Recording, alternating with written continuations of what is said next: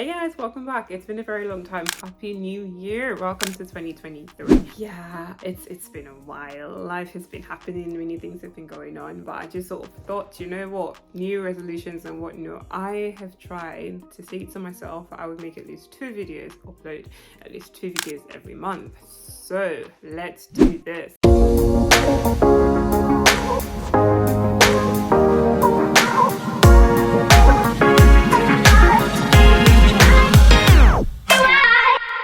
So yeah, today I just wanted to quickly talk about a question that I get from quite a few people with regards to having a long gap before sort of coming into the NHS. It could be actually just starting out with foundation year. It could be having a long gap because you took maternal leave and just sort of went in for ages and ages, and now all your kids are grown and you're coming back. I was there, so I feel like that gives me a bit of, standing to actually be able to discuss this. What I can tell you straight off the bat is that it can be scary, but with the right support, it's not as scary as you think it is.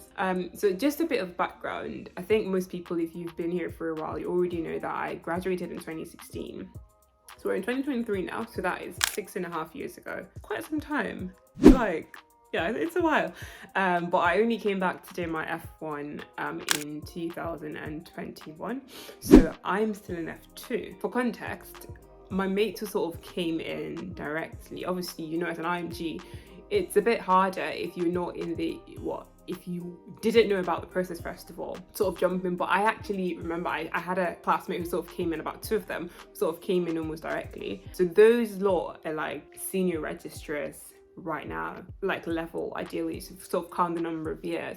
So it's kind of like, I'm just using that for it has been a while. So if I sort of gone straight from uni to medical school, I should have been, if I wanted to do GP training, I would have been a GP by now. If I wanted to do psychiatry, which is what I want to do anyway, I would have probably been like an SD4 by now, but I'm an F2, right? And all of that happened because some of it wasn't planned or intentional, but another part of it was like very, very intentional. So once I left med school, I took 2 years to do like this research themed degree. Very amazing experience.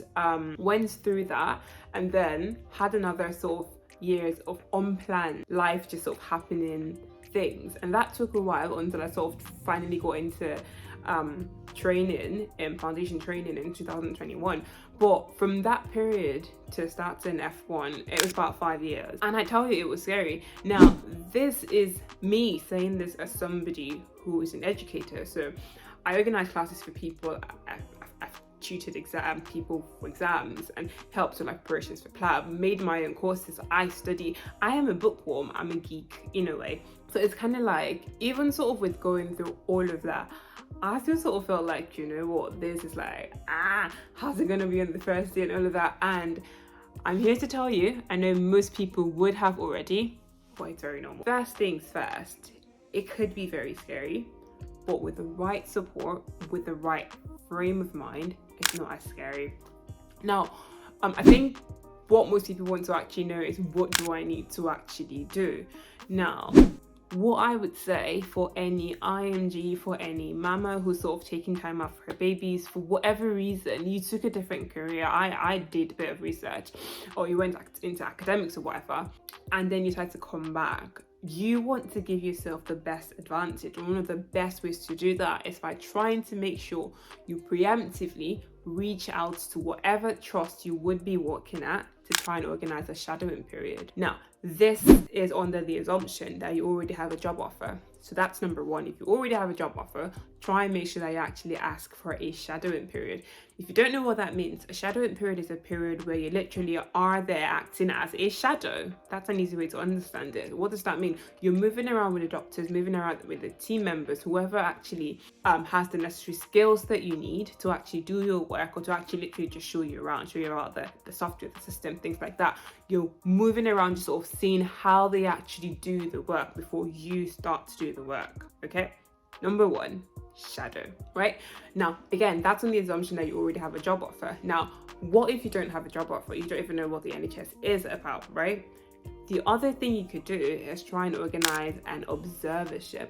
Now, an observership is it's like an agreed, it's usually like an agreed sort of time period. You have to, like, in any case, sign like a contract or something similar, where you sort of get into this contract with a trust that you're coming there for an agreed duration of time, maybe a week, 2 weeks, 1 month, 2 months, to observe. Again, you're observing. Now, because I know that in many of these sort of observership contracts, you don't have indemnity, you don't have insurance, so you probably wouldn't even be allowed to do a lot of things. But some trusts might allow you to actually do stuff if you're there for some time. But again, you're actually exposing yourself to the environment and seeing what actually happens day to day.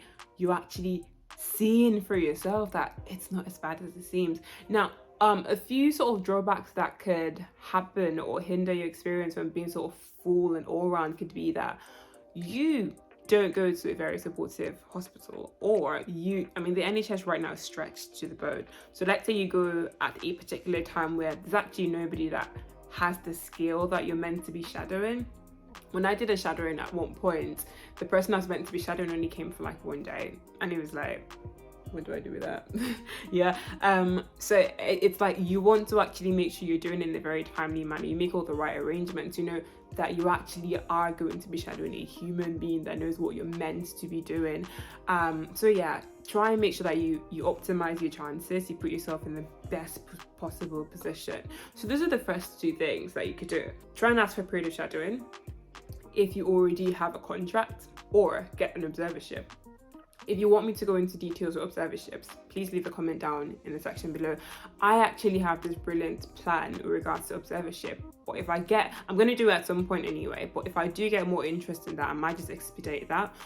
So yeah, if you want to know about observerships and what my plan is, you feel free to leave a comment. Many people actually reach out to me directly on Instagram, so feel free to do that as well. So that's that. Now, the other thing that really I found, I was very, very grateful that I got that, was something called support. I think it's supporting, I don't remember, I will try and see if I can actually find the meaning, but it literally is called support. It's pretty much like this sort of framework, if it's okay to call it that some trusts have put into place to support people who've had that extended period of time away. So it could be a nursing mom who's just coming back from maternity leave. It could be somebody like me who had like that prolonged sort of period away from clinical practice. Many trusts have it. Now, I don't know that all trusts are mandated to, but if your trust has it, it's an invaluable tool. So make sure that you try and find out who the support consultant is.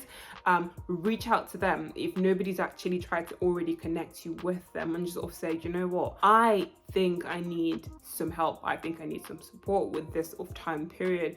Now, in my experience, I found my support consultant probably to be my most helpful consultant in all of F1. My TPD, one of them in particular, is amazing, really good. But aside him, I found my support consultant to be the best thing that happened to my F1 year. And this is because it was just, so I had a series of experiences that weren't the greatest, right? And it was just sort of very nice knowing that there was somebody else who I could just honestly speak to that could have a really detached view of things, but at the same time knows or knew how things were meant to be done and sort of point me in the right direction. Now, they couldn't always provide me answers, nobody could sometimes, but it just made a world of difference, just knowing that somebody could actually sort of be there. And I knew that, you know what, if I needed something, there was somebody that I could run to. It wouldn't always be like that. I was in a very unique situation, but many times it could just be that they could actually sort of work with your team or liaise with like a clinical supervisor, or let your educational supervisor know, for example, that, you know what, this person has had this amount of time and needs, you know, to be off on calls for a while. Or if they need to do on calls, you need to actually get somebody else for them to work with. Like you have them as an extra net of safety. And I just really found them extremely helpful. So that's another sort of tool, resource that you could use, the support team. Now, outside that, it's more like now things that you could actually actively physically do. When I started F1, one of the jobs that I did, actually one of my rotations was messed up by COVID. So I sort of found myself in a case where I was in different wards every day, and sort of think about where you, so in my case, I specifically picked the rotations that I wanted, and I was very, very intentional. I was like, you know what, I wanted 8 months of surgery, and this was like, I knew what I was meant to be getting into, but then here COVID came, I got thrown to like different, but you don't really know, sometimes you didn't really know where you're going to be, you're being like sent out to help other wards and stuff like that. So it was kind of like, some days you assist in this team and they're talking about this term that you have never heard of before, and I guess what I'm trying to say is that I realized that there were some gaps, and I felt like that was okay at that point, but what was not okay was actually allowing those gaps to stay. And I felt like sometimes some people were not very kind and sort of actually acknowledging the fact that, you know what, yesterday I was on a different ward and today I'm meeting you for the first time, you expect me to sort of know all these things, when, you know, first of all, the last time I learned of this was probably like 6 years ago in year 4 or something like that, or 7 years ago. But that aside, I literally have been working another job for the last 2 weeks, so I felt sometimes that empathy was missing. Yeah, sometimes I just really felt some people were really cold. But this was now a me issue. If I took sort of the lack of sensitivity away from that, it was like, I needed to actually go back and actually fill in those gaps. So what I would do is I registered for different courses.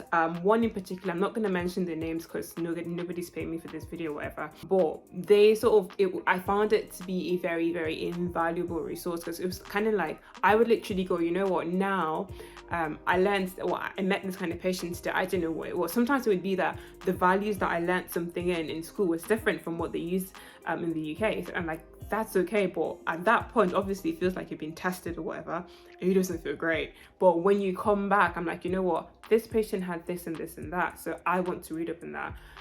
And I did, right? So I actually actively went to try and make sure that I was trying to fill in the gaps for myself, and that meant that I was booking courses. I would try and do some extra studies sometimes, like that, if I needed to. Would it have been helpful if I actually had people that were very hands-on and were patient enough to help me explain while I went through, obviously, but everybody's sort of going through different things and different paces, and everybody's actually just sort of living life and trying to get through the day sometimes, so that was okay as well. But this was something that I could do and that I made sure that I did, trying to fill in the gaps by myself. Was there anything else? I think the other thing, sort of like the mental aspects of it. Now again, this is very, very real to me because I am not the most social person. I'm not that person who go into the room and sort of get chatty. I am not. I don't really, I think I suck at small talk. I don't really know how to get in your way if I don't need to be in your way. Does that make sense? If we need to do something, I will be there. I'll have my game face on and we go, right? But aside from like my close sort of circle of friends, I guess I might not be the most interactive person in the room when it's not sort of work related. So I found it sometimes, especially because I was among very recent graduates. This was like people that probably were many years younger than I was, who also we all had different backgrounds, right? So it was kind of like you'd come in sometimes and I didn't really know how to relate with them. If it was work and we had to do something, it was fine, but like in terms of like games and socials and things, I just sort of felt a disconnect, if you will. And I think so many people that I've met that were in a similar situation, and so many of them have had that same issue. Now what did I do to actually overcome that? Thankfully I had this one person who, it was like, she was such a godsend. We literally had very similar experiences. Actually also in similar, we're doing similar jobs. So it was like, if we had teaching or whatever, we would sort of sit together, we go out for coffee, drinks, our partners, sort of other stuff like that. And that was very helpful. It was always, I always felt, you know, a little better, or sometimes a lot better, when I would see her around. But we're obviously not always in the same place. I feel like if you're a person who can actually be sociable, do that. If you're not somebody that could be sociable, realize what your limits are, realize what you could actually do, weigh the pros and cons. If you, and this is just sort of the way I saw it, if I thought that, you know, trying to go all out to be social or whatever would make me feel like an alien to myself, I'm not gonna do that. If you feel you could do that and you're fine, by all means, please do. I feel like if I had sort of met more people that I sort of gelled with, I would have been really happy to sort of go out and hang out, because I like to actually go out and have fun. But yeah, I just didn't sort of see that panning out. Plus I was under a lot of stress as well from work. So if you can be social and make friends, please do. If you can't, hold on to your family and the ones that you see. So be nice to the team at work. I'm not gonna be one of those people that overly go out and say be very nice to the nurses. Be nice to everybody. I've met doctors that have not been very nice. I've met nurses that have not been very nice. I've met people that have scoffed at me at work, and it just feels really, really horrible. So I'm not going to go out on my way to be nice to somebody who treats me like that. No, I will not. But I will be professional. I will be cordial at work. We will get the work done. I always say be nice and kind to people. It feels horrible just sort of seeing people treat you in a weird way, so don't be that person. So yeah, if you think that you can actually go out and socialize, do that. I will be very happy for you. Do that for all of us who don't really know how to do that. But if you're more like me and you're more reserved with people that you don't really know, give yourself time. And I say this, but it wasn't really easy sometimes, because it was like you come back and then you have a very tough day at work, and then you sort of feel like, you know what, I didn't even know how to relate. There's nobody sort of, you know, grab and speak to. Like, I had to sort of get comfort in the fact that I had my husband and I would bore him with the whole thing. So yeah, hold on to what you have. You always have something. It could be your mom, it could be your dad, it could be your brother, it could be your school friends. My best friend is in residency in the States, and she knows the deeds of what goes on. Obviously not like patient details or whatever, but like I've had days where I had to sort of leave work to catch a break, and I understand with time zones apart, so it's like, babes, do you have a moment to actually, I need to rant? And then I just sort of pour it down and she listens, and that means the world to me. So if you already have a support system, use that, right? But if you feel like you can actually sort of come out and, you know, be that shining light and sort of drag everybody in, be the life of the party in a good way, get your work done, do that, love, do that.